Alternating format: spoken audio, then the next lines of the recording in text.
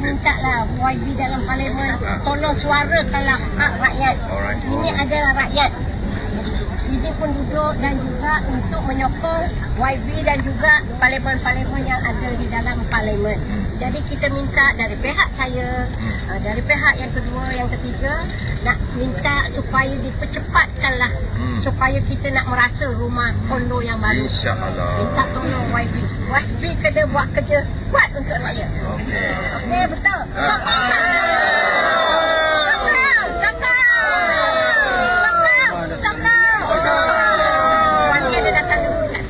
Ya, betul. Desa Pati saya pernah lawat. Hah? Okey, kam. Okey, YB. YB kan ada.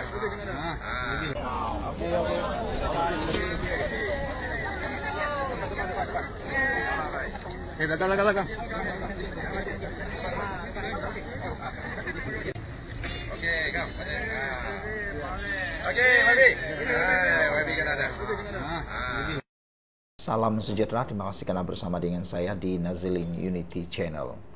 Saya betul-betul tidak setuju dengan himpunan yang diadakan pada 31 Ogos 2025 bertempat di Dataran Merdeka ini dengan tema pakaian putih.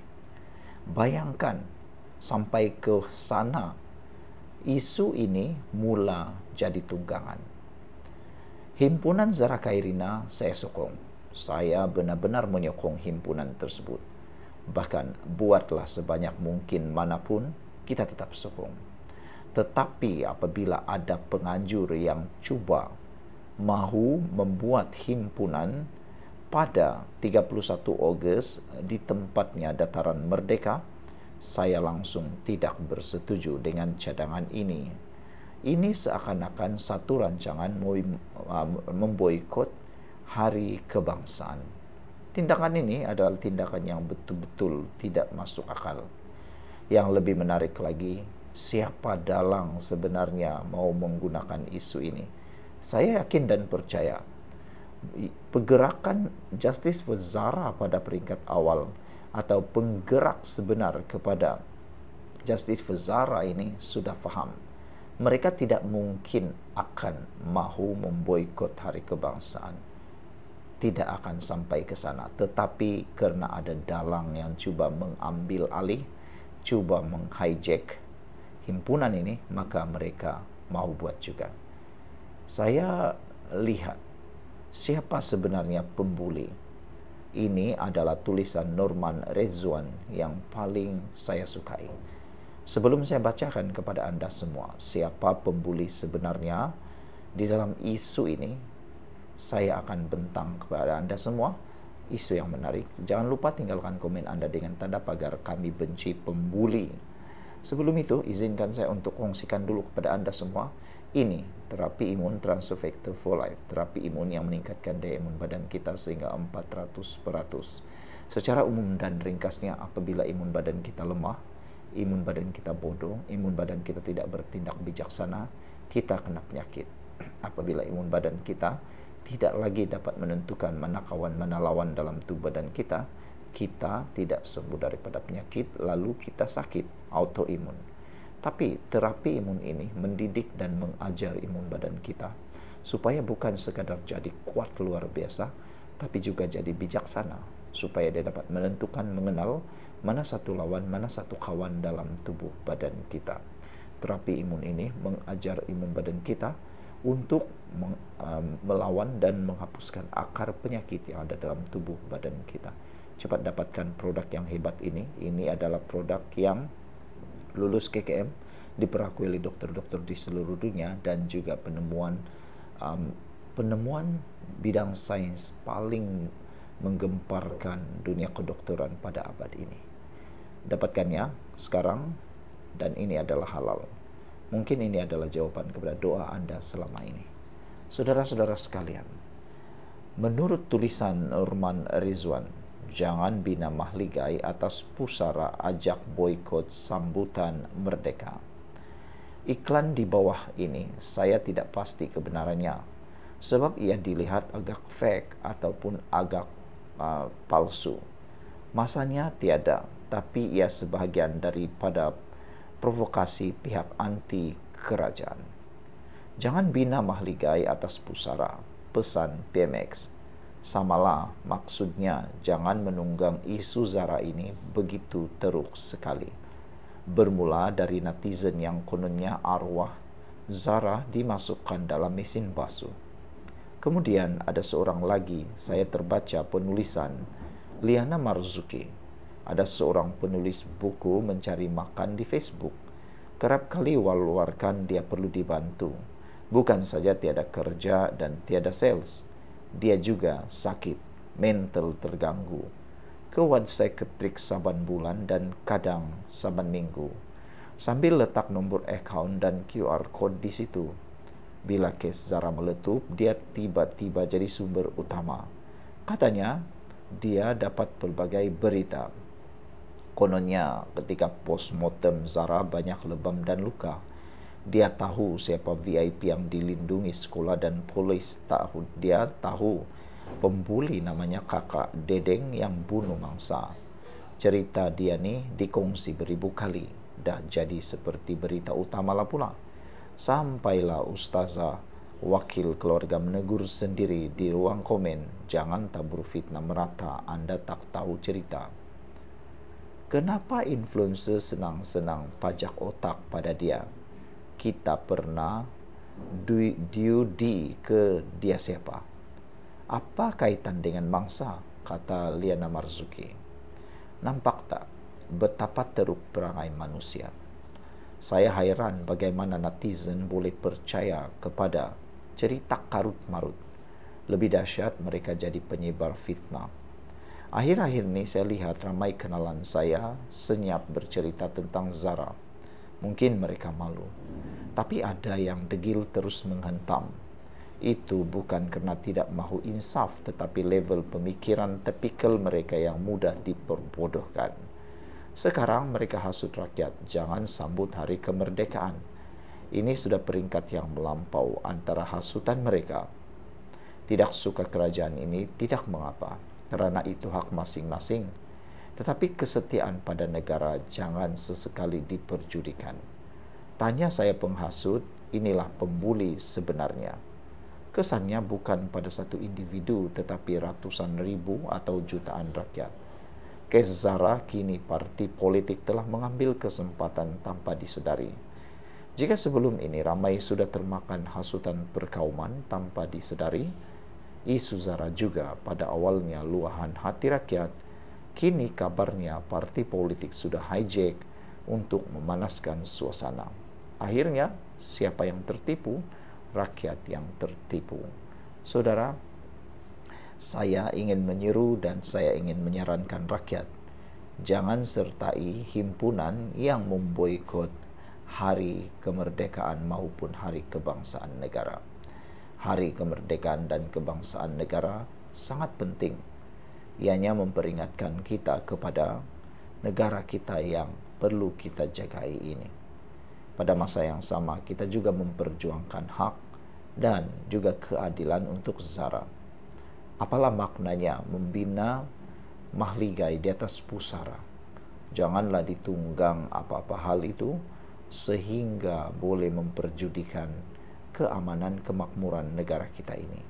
Ayo kita memperjuangkan keadilan Zara, tetapi jangan sampai kita termakan hasutan oleh mereka-mereka yang sekadar mahu meraih simpati dan meraih populariti sendiri, yang sekadar mahu kuasa politik. Sekian dulu untuk kali ini. Jangan lupa tinggalkan komen Anda. Bye-bye. Salam sejahtera. Terima kasih kerana bersama dengan saya di Nazilin Unity Channel. Penunggang isu masa jadi kerajaan depa cadang URA, bila jadi pembangkang depa bantah URA. Itu kata Datuk Dr. Ismail Saleh. Tapi yang menariknya pagi hari ini ialah tentang pendedahan menarik berkaitan dengan pembaharuan semula bandar ini. PSB menyatakan bahawa bila ajak bincang tidak datang, tapi sekarang bising di luar. Bayangkan, inilah sikap pembangkang yang paling keji dan paling jijik sekali. Waktu diajak untuk berbincang, mereka tidak datang, tapi buat bising di luar. Inilah, mereka sekadar mau bising, tapi tidak memberikan apa-apa cadangan. Sebanyak 108 sesi libat urus telah diadakan bagi merangka akta pembaharuan semula bandar PSB. Namun tiada seorang pun wakil pembangkang yang hadir. Bayangkan, 108 sesi libat urus diadakan bagi merangka akta pembaharuan semula bandar, tapi malangnya tiada seorang pun wakil pembangkang yang hadir. Ini yang saya hairan ketika saya ketahui pendedahan dan fakta ini agak mengejutkan saya dan paling mengecewakan. Bagaimana mereka bising di luar tapi tidak mau terlibat dalam libat urus. Mereka cakap konon tiada libat urus yang baik, tapi mereka tak pernah hadir pun dalam sesi libat urus itu. 108 sesi, bayangkan. Pemerhati Jason Yu berkata, kegagalan pembangkang berbuat demikian berlaku ketika kerajaan telah berusaha menjelaskan pelaksanaan rang undang-undang RUU PSB kepada semua pihak berkepentingan. Setiap saluran dialog dibuka, setiap soalan dijawab, dan setiap kebimbangan diberi ruang untuk dibincangkan. Tapi mereka bising, bak kata pepatah, macam ayam riuh sekampung. Sebelum kita teruskan ulasan ini, jangan lupa tinggalkan komen Anda dengan tanda pagar kami benci orang bising. Sebelum itu, izinkan saya untuk kongsikan kepada Anda semua, ini terapi imun Transovictor for Life. Terapi imun yang meningkatkan daya imun badan kita sehingga 400%. Secara umum dan ringkasnya, kita kena penyakit karena imun badan kita yang lemah. Kita kena penyakit karena imun badan kita yang bodoh. Kita tidak sembuh daripada penyakit karena imun badan kita yang tidak lagi kuat melawan penyakit. Imun badan yang bodoh juga menyerang diri kita sendiri. Tapi terapi imun ini mengajar, mendidik, dan menguatkan, menyeimbangkan imun badan kita sehingga imun badan kita bukan sekadar kuat tetapi mengetahui mana satu lawan, mana satu kawan dalam tubuh badan kita. Cepat dapatkan produk yang hebat ini melalui nombor telepon saya yang tertera, dan ingat, produk ini lulus KKM dan halal. Dapatkannya, mungkin ini adalah jawaban kepada doa Anda selama ini. Saudara-saudara sekalian, yang lebih menarik lagi ialah bukan sekadar sesi penerangan. Kerajaan turut menganjurkan lawatan tapak pada bulan Mei bagi memberi peluang kepada semua wakil rakyat melihat sendiri keadaan kawasan pembaharuan. Ahli Parlimen Pembangkang turut dijemput secara rasmi, namun tiada seorang pun hadir, tegasnya. Sehubungan itu, Jason berpendapat kerajaan terbukti tidak pernah menutup pintu dialog, tetapi peluang yang dibuka langsung tidak disambut oleh pihak yang paling lantang menolak PSB. Soal keberkesanan bukan pada keterbukaan kerajaan, tetapi pada keengganan mereka pembangkang untuk duduk semeja dan berbincang. Kerajaan memilih pendekatan inklusif dan terbuka kerana masa depan rakyat bandar lebih penting daripada politik. Sebaliknya, ketiadaan pembangkang dalam sesi libat urus menunjukkan penolakan mereka tidak datang dengan fakta, sebaliknya berdiri di atas persepsi dan andaian.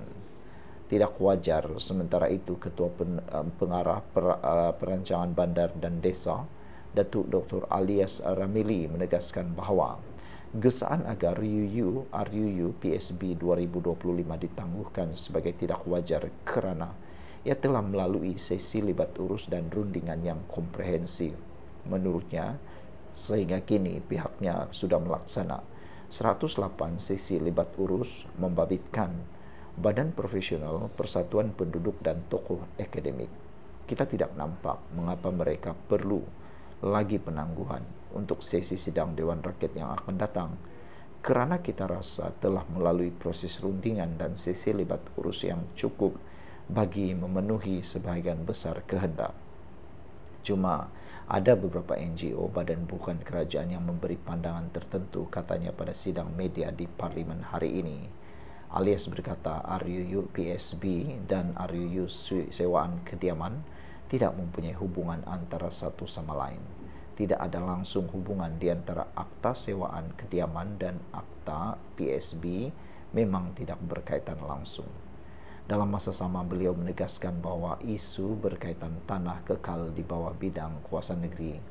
Tidak ada sedikit pun pelanggaran dalam konteks RUU PSB ini untuk mengambil kuasa pihak berkuasa negeri, termasuk pihak berkuasa tempatan dalam hal berkaitan urusan tanah serta perancangan.